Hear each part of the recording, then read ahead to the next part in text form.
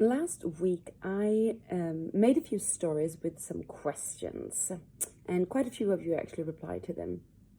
And I asked you the questions that were linked to well-being, let's say, or feeling good and what's important to us, and if we do things because we want to feel good, or if we want to look good, or if it's, to prepare yourself for old age, etc., etc.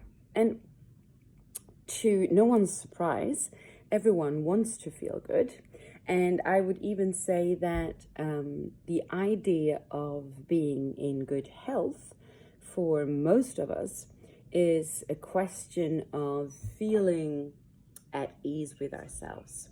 So we want to be in good health, not for the fact of being in good health, but for the fact that it gives us certain results.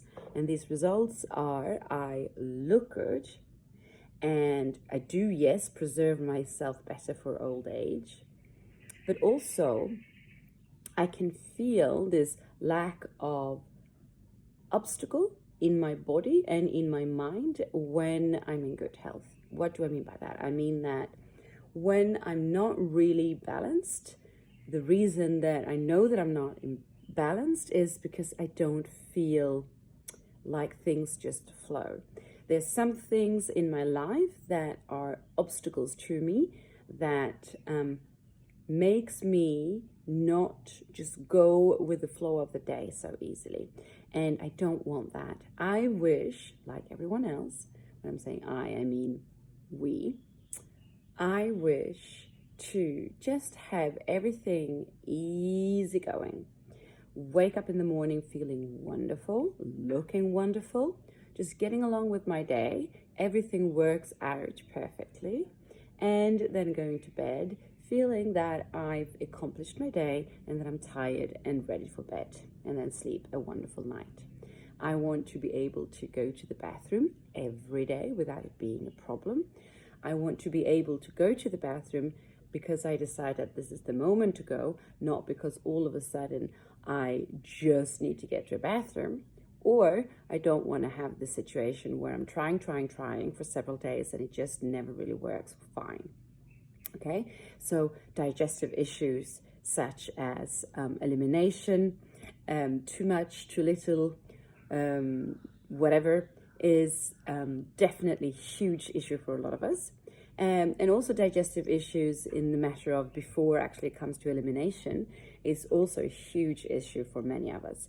The fact of, for instance, feeling as if you're never satisfied, always hungry, for instance, eating anything that you can find, or on the contrary, just never really feeling hungry and so not really appreciating food, or feeling hungry, eating, and then feeling either like the food is kind of up here, like on the stomach, like we say sometimes, or just, the gassy, bloaty kind of sensation that happens. The fact of going on a date with someone and being scared of eating what you want because you don't want to have to, unbutton your pants. That's definitely an issue for a lot of people, and we don't want that because those are obstacles for us having a nice and flowing, easygoing life. Okay, it's the same when it comes to just our hair, how it is, our skin, how it is, and how our body looks and feels, of course, naturally.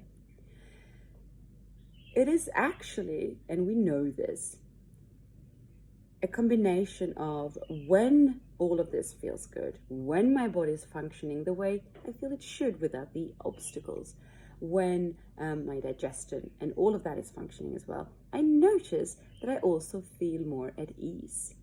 There's not so many things that trouble me, and I feel quite clear in my mind usually. When things are just going well with the rest, I don't have to bother with that. And then I also notice, just not beyond the thought, the fact that my mind is clear, because if I wake up and I feel good, then my mind is already sharp. And if I go to bed and I feel relaxed and I fall asleep, it usually means as well that my mind is quite relaxed. So it's all kind of combined, and I want to, of course, be able to create beautiful relationships around me with people that I'm not jealous of or angry with, or feel like maybe nobody really likes me, and just being suspicious of everyone.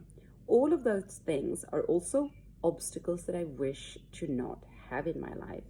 I want to feel good. That is what health is. And anyone who's had the issues with sleep, for instance, like myself, of course, many years, knows how it feels to actually wake up after a good night's sleep. Or anyone who had the digestive issues with bloating and gassing, and then all of a sudden having a dinner where you just feel great afterwards and there's no issues, also know just how much joy that brings. Same thing with anyone who's been constipated for a week and then all of a sudden it works again, knows just how priceless, and that's key, it is to then have it coming back to a normal rhythm again. All of these things, we know that they're priceless when we've experienced the opposite to it. So we know how we want to feel. And what is usually the biggest struggle for us is that we don't know how to get there. We don't know how to get there because what we tend to do is that we tend to, instead of getting rid of the obstacles, we tend to add on things from the outside and see if that can kind of solve the problem. All right? And then we actually manipulate ourselves. That's really the word, because we're modifying something that's originally just a certain way in order to try to find ease. And what's really difficult to comprehend for us is that what we need to do is the complete opposite of all of that. And that's scary because it actually means that we need to have the faith that by doing none of it, it's going to come back to normal, natural, perfect health by itself. And I know for a fact that this is really scary because, of course, I've been experiencing this myself. And it was only when I went through 3 times in my life moments of having to try this kind of ancient way of doing things, getting rid of all the medications, that I experienced what it was like to feel imbalance.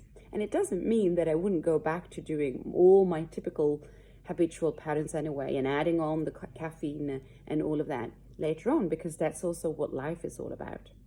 We go up and down and then we come back to it again. And so it's really important to not be discouraged, and it's important to not be disappointed with oneself when we realize that we found that health for a while and then it went away for whatever reason.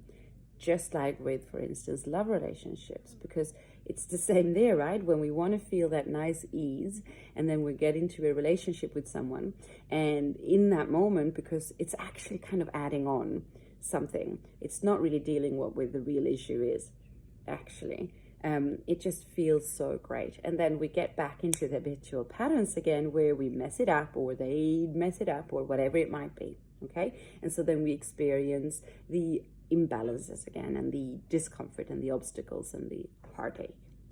And that's okay, because as we go through life, we also learn each time that we feel that we've come back to the same thing again. We have not.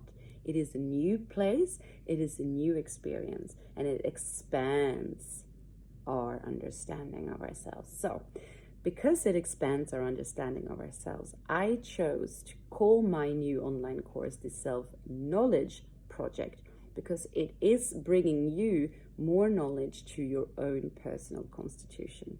And it is easy to digest kind of material, so that anyone who wants to try, no matter how frustrated you are with everything that you tried before, will not be discouraged, okay? And it's very hands-on and practical advices and tools. But what you need to do, though, is that you really need to actually commit to doing it, because that I can't do for you. So if you recognize yourself in this wanting to find health, and maybe giving it a go, to trust that your own body, your own organism knows better than you and is just as perfect as that rose in the garden that wasn't born without full potential but was born with full potential, then give it a go. Head over to my website, yogisha.com, and just click on the Self-Knowledge Project and sign up for the course. See you there.